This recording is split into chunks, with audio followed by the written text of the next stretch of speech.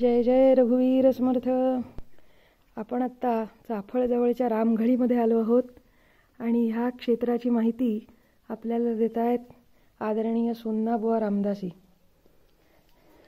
बुवा नमस्कार. थोडक्यात इथली माहिती सांगता? हो. जय जय रघुवीर समर्थ.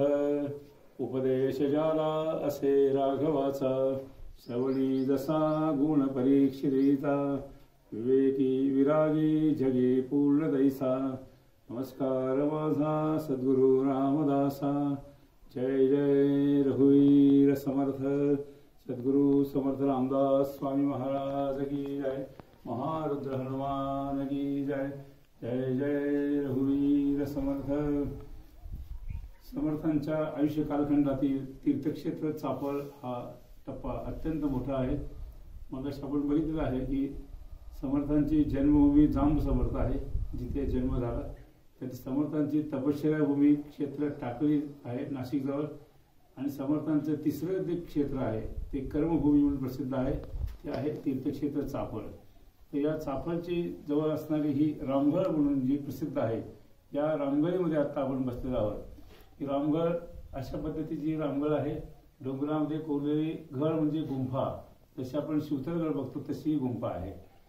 तर 1648 साली समर्थ रामदासावी प्रथमतः या क्षेत्री आले, चाफळ क्षेत्रामध्ये आले. समर्थांच्या मनात मसूरचा मारुती स्थापन झाल्यानंतर इकडे आपल्याला कुठेतरी रामाचं मंदिर उभं करायचं आहे, राममूर्ती स्थापना करून सगुण उपासना सुरू करायची आहे, हा त्यांच्या मनात ध्यास होता. आणि म्हणून रामाच्या कृपेने त्यांची पावलं मसूरहून चाफळ क्षेत्रात आली. आणि सज्जन त्यावेळेला समर्थ चाफळमध्ये थोडे फिरले, पण त्यांना एकांताची आणि गुहेची जास्ती आवड असल्यामुळे, एकांतात सातत्यानं बसण्याची आवड असल्यामुळे समर्थ थेट हे सगळे डोंगर चढून या रामगळीमध्ये आले. ज्या रामगळीत आता आपण बसलो आहोत, बघत आहोत, ही अत्यंत पवित्र असणारी रामगळ आहे.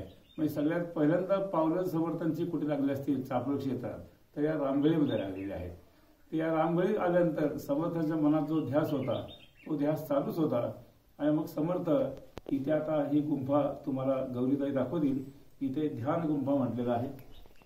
तर अशा प्रकारची ही ध्यान गुंफा जी आहे, इथे समर्थ आतमध्ये जाऊन बसले आहे. समर्थाने आतमध्ये जाऊन बसून काय केलं असेल, तर समर्थाने रामाचं ध्यान केलेलं आहे. ध्यान करू जाता मन हरपले, सगुणी झाले गुणातीत. आणि रामाचं ध्यान करून झाल्यानंतर रामाने त्यांना आपल्या अंतःकरणामध्ये संकेत दिला. आणि अशी कथा पण आहे आणि त्याचं प्रतीक आहे की रामरायांनी त्यांना प्रगट होऊन त्या ठिकाणी दर्शन दिलेलं आहे. आणि रामरायांना समर्थांनी विनंती केली की मला तुझं रामा या ठिकाणी देवालय बांधायचं आहे आणि तुझी सगुण उपासना रामनामाची सुरू करायची आहे, तेव्हा हे मंदिर मी कुठे उभं करू. तेव्हा रामरायांनी सांगितलं की या तीर्थक्षेत्र चाफळ क्षेत्री जे आहे, माझं मंदिर तिथे उभा कर. असं म्हटल्यानंतर समर्थांना आनंद झाला. तर ज्या ठिकाणी समर्थांना रामाचा संकेत झाला की मंदिर बांधावं, ती ही पवित्र जागा आहे. तेव्हा या पवित्र जागेचं आपण दर्शन करा. ही ध्यान गुंफा असं लिहिलेलं आहे. आणि मग समर्थांना एवढा मोठा आनंद झाला की समर्थ या घळीतून बाहेर आले, आपली कोगडी उंचावली आणि या परिसराचं दर्शन त्यांनी केलं. अत्यंत रम्य असणारं ठिकाण. आणि मग समर्थांनी इथून खाली चालत गेले डोंगरातून. आणि मग चालत गेल्यानंतर चाफळमध्ये त्यांनी जागा मागितली. ती चाफळकरांनी जागा दिली त्यांना स्मशानभूमीची.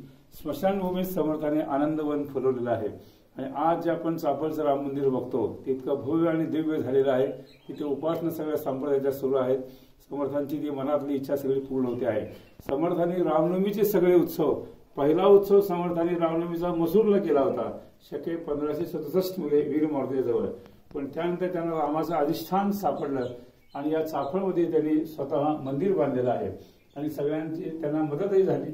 आणि मंदिर बांधल्यानंतर मूर्ती कुठे आणायची हा जेव्हा प्रश्न निर्माण झाला, तेव्हा पुन्हा समर्थांनी सगळ्यांचे विचार घेतले. पण समर्थ म्हणले मी आता पुन्हा एकांतात जातो. तर पुन्हा रामगळीमध्ये समर्थ आले. आणि हे सज्जन ऐकण्यासारखं आहे. मग पुन्हा या गुहेमध्ये जाऊन समर्थ बसले आणि रामरायांनी पुन्हा त्यांना त्यांचं ध्यान केलं. त्यावेळेला समर्थांचा एक अभंग आहे, तो फार प्रसिद्ध अभंग आहे. त्याची 2 कडी तुम्हाला मी म्हणून दाखवतो. आणि मंदिर पूर्ण बांधून झालेलं आहे. मंदिरात मूर्ती स्थापन करायची आहे, फक्त आता मूर्ती कुठून आणायची, काय आणायची, ह्याचा सगळा विचार चालू असताना समर्थ या घळीमध्ये येऊन बसले आणि त्यांनी आपलं ध्यान लावलं.